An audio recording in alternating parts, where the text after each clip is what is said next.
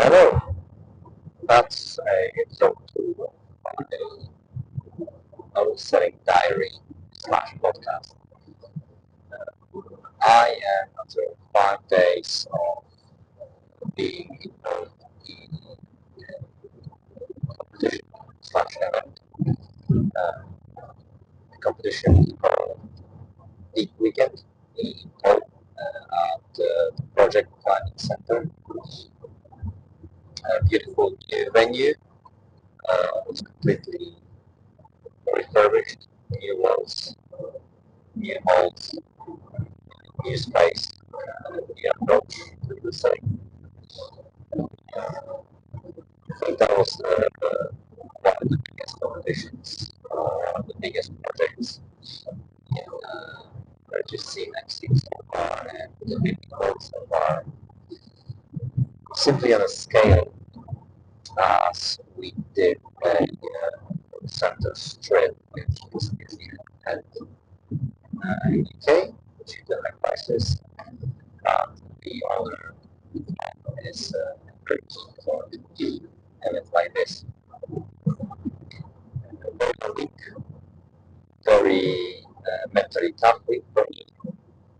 A lot of sellers. I think at the end we have a team of 16 sellers, which is so far the biggest team I work with. And definitely came with a lot of lessons, a lot of challenges. And that was also a week where I gave myself a rest week from all exercises, and I suspended my calorie intake, which I think led to my not the best one, I would say. I don't think it was much sort of platform on the scene. But the topic I want to talk about today is what's in a team as a reseller. And as a person who was involved in organizing events, running events, and selling events to different levels, I would love to bring that topic in and touch about skills that a lot of sellers brought into the team and different approaches from different team members and maybe what value they brought at the end. And we all came in with different abilities that all together brought us in as a really good team and deliver amazing product for clients.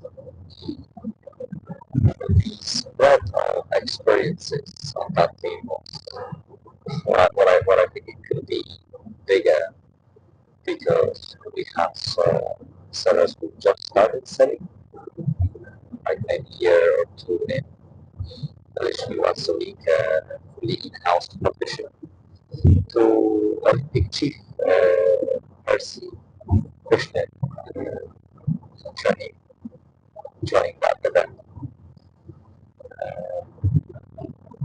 And my experience with it, unfortunately, was feeling like imposter again. I don't mind feeling like this. I was feeling quite a lot of time. Uh, I do believe that it's very important in your work. At least I use it as a barometer for our direction I'm going towards, in a way that the more imposter-like I feel, the more right direction of I'm on, as I'm trying to fit into a higher level of setting or events or whatever I do in my practice. I feel like this when I started changing goals, of course. And for a whole week, I felt like it a little bit from a rule setting perspective, but a lot of it came from social abilities. And let's go. Uh, the final, finals and semi-finals team will be setting for 2 4 days, and the rest of the team has been expanded on the qualification round, which was really cool to see. And I'm actually glad I did it. I wasn't involved in studying all the qualifications, as I had a chance to plan a bit on the top 5 minutes. We live in one house, and uh, we all knew each other. We all worked with each other in past. We all worked with each other in past. Uh, and a lot of us were very strong characters. And again, with a very level of experience. I again was one of the weakest routesetters, I would say, physically across the board in very diverse team, which I got used to recently, but I do need additional help when it comes to testing certain types of moves. Uh, Experience-wise, probably closer to the higher end of the setting. But the whole team was very experienced.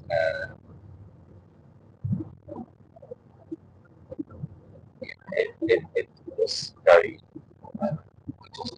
to see how we work with each other. We've been divided into 2 teams: women's finals team and men's finals team. Uh, the divide was very logical, and it was very good goal, in my opinion. More physically able members of the team were contributing to harder bowlers, and the bit with less physical abilities were contributing to the team around. I don't think the quality was worse in one or another, but it was very easy to see that. And I personally could find a way to interact with the whole team. Everyone on the team was very social and very happy to have a party and stay late, which I'm not the biggest fan of, and I do struggle in those situations to open up a conversation with you. Plus, lack of alcohol most likely contributes to having the talking space a bit later, or I don't know. And, and that was the part that made me feel very uncomfortable, and, and also for me,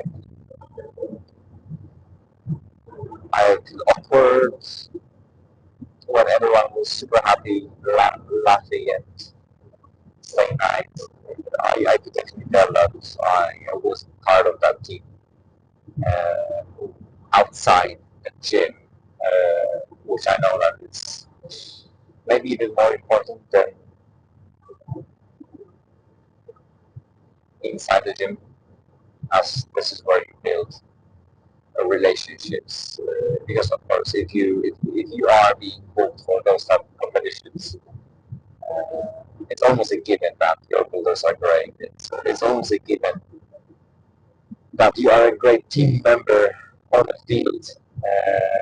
And I personally struggle to contribute outside of the field. I do like my routines, and I do struggle with some relationships, especially on the topics I'm not interested in. Okay. Yeah.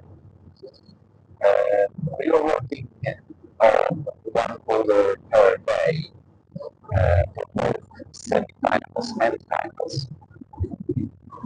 And I was completely happy with my bowlers, although they did a pretty good job. Semi-final slap at the end, only a handful of tops, very good ride, coming from semi-finals to finals. Not many tops, which I was very surprised with, as the boxes that they were in, I was kind of struggling with, and all the competitors were much smaller than me, which obviously makes them having a more space at those snaps. Although they couldn't get through the balance bit. Maybe it was a light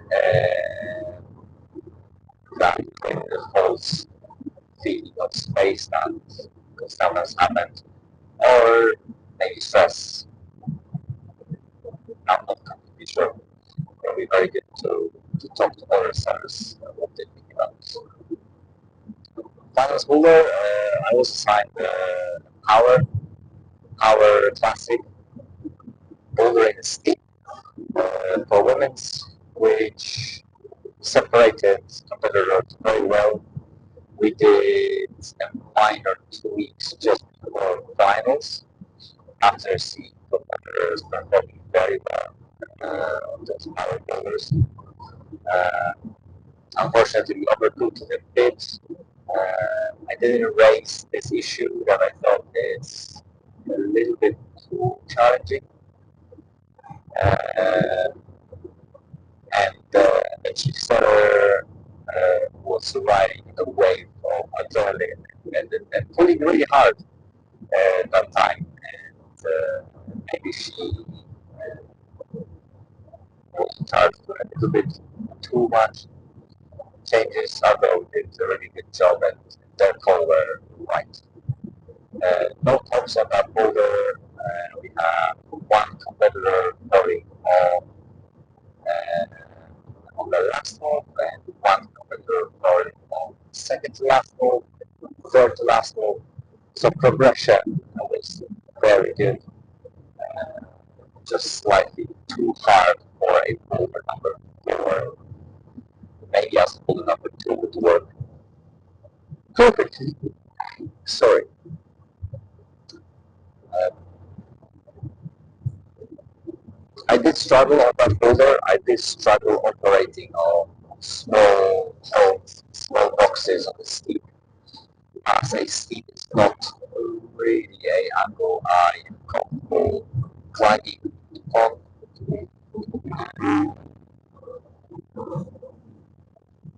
But in a job like this, there is no like or dislike approaches, as you have to be able to set everything and anything with any holes or any angle at any time.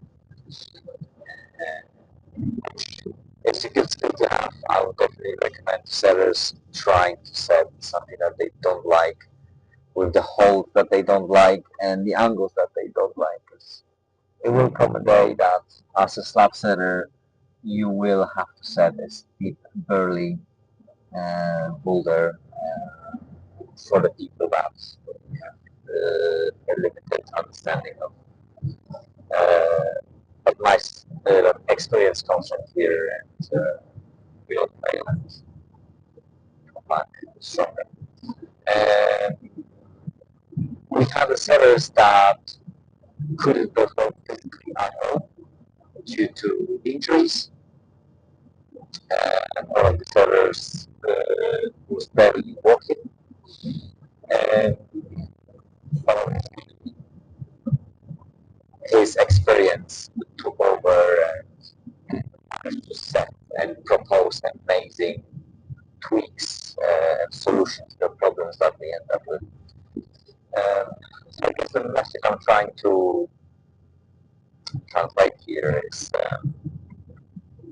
that the physical abilities uh, are not always the only measurements that we should take when it comes to assessing our contribution to the team. Although is the quickest that we as a resource get, and it's the clearest way of presenting your usefulness to the team. I can do that. I can do that over very quickly instead of coming up with sequences, solutions, propositions. From the outside, it feels like that, at least for me, uh, it feels less important than just ability to climb. And I do always struggle with working around this. I was always very weak comparable to other sellers. Uh, I managed to get past that. I'm still working on it. Uh, I'm still trying to accept uh,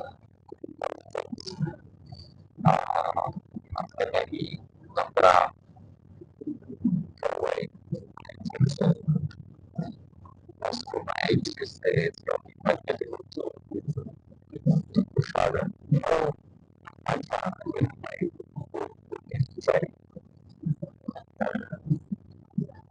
But yeah, I was one of the sellers that tried to be the most useful person in the room.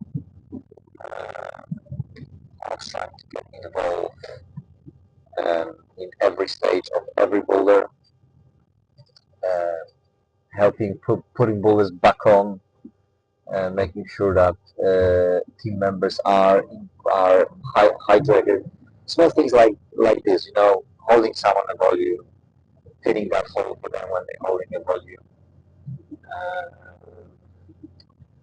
and trying to understand and create a space for them to feel comfortable talking about the boulders that they set, uh, not necessarily being very useful with tests and docs. Uh, we had people who said multiple nationals, people who are ex-national competitors, uh, so tons of experience with multiple years of competing and selling experience at that level that contribute much more. That's contributing in social space. I struggle with that. I guess it's more a report than the same talk. I guess the point I'm trying to make again is knowing your strong sides and sometimes playing to them as no one else will ask you as your strong sides as you are, especially if you work with them that much. I personally know that I am learning some of the best our tech holders. And here definitely I can propose something for competitors at all level, very technical positions.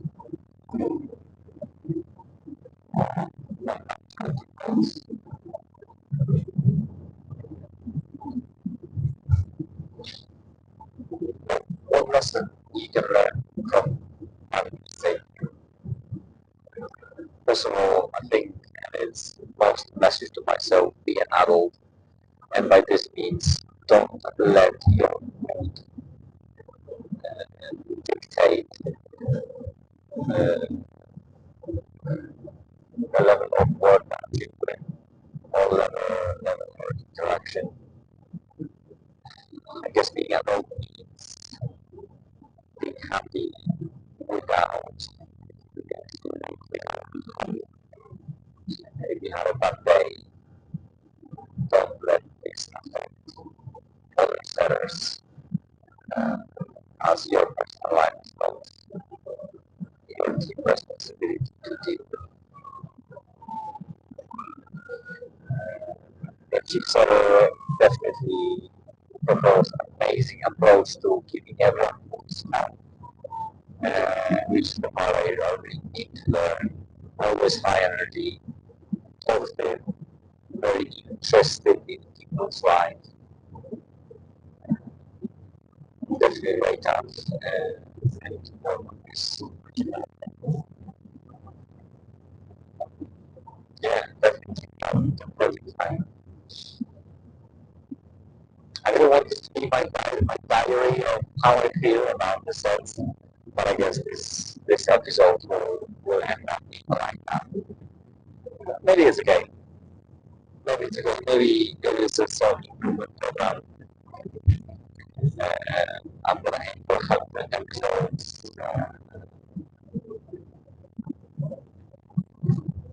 And maybe I'll learn something from them. I hope I will. That's why I do the travel server podcast. I hope I'll be able to invite guests and talk to them completely about this. But at the moment, just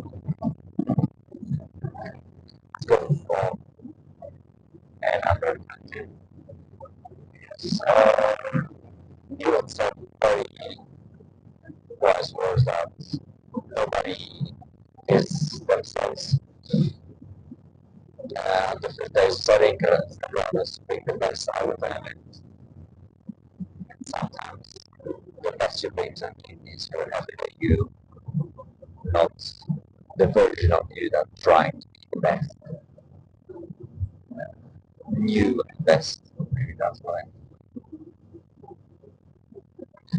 Also, with also for sellers like us who are trying to push boundaries of whatever we think is possible, whatever we want to introduce to competitors on the day, our experience maybe sometimes makes it more challenging to set those boulders as not necessarily for athletes, but for us.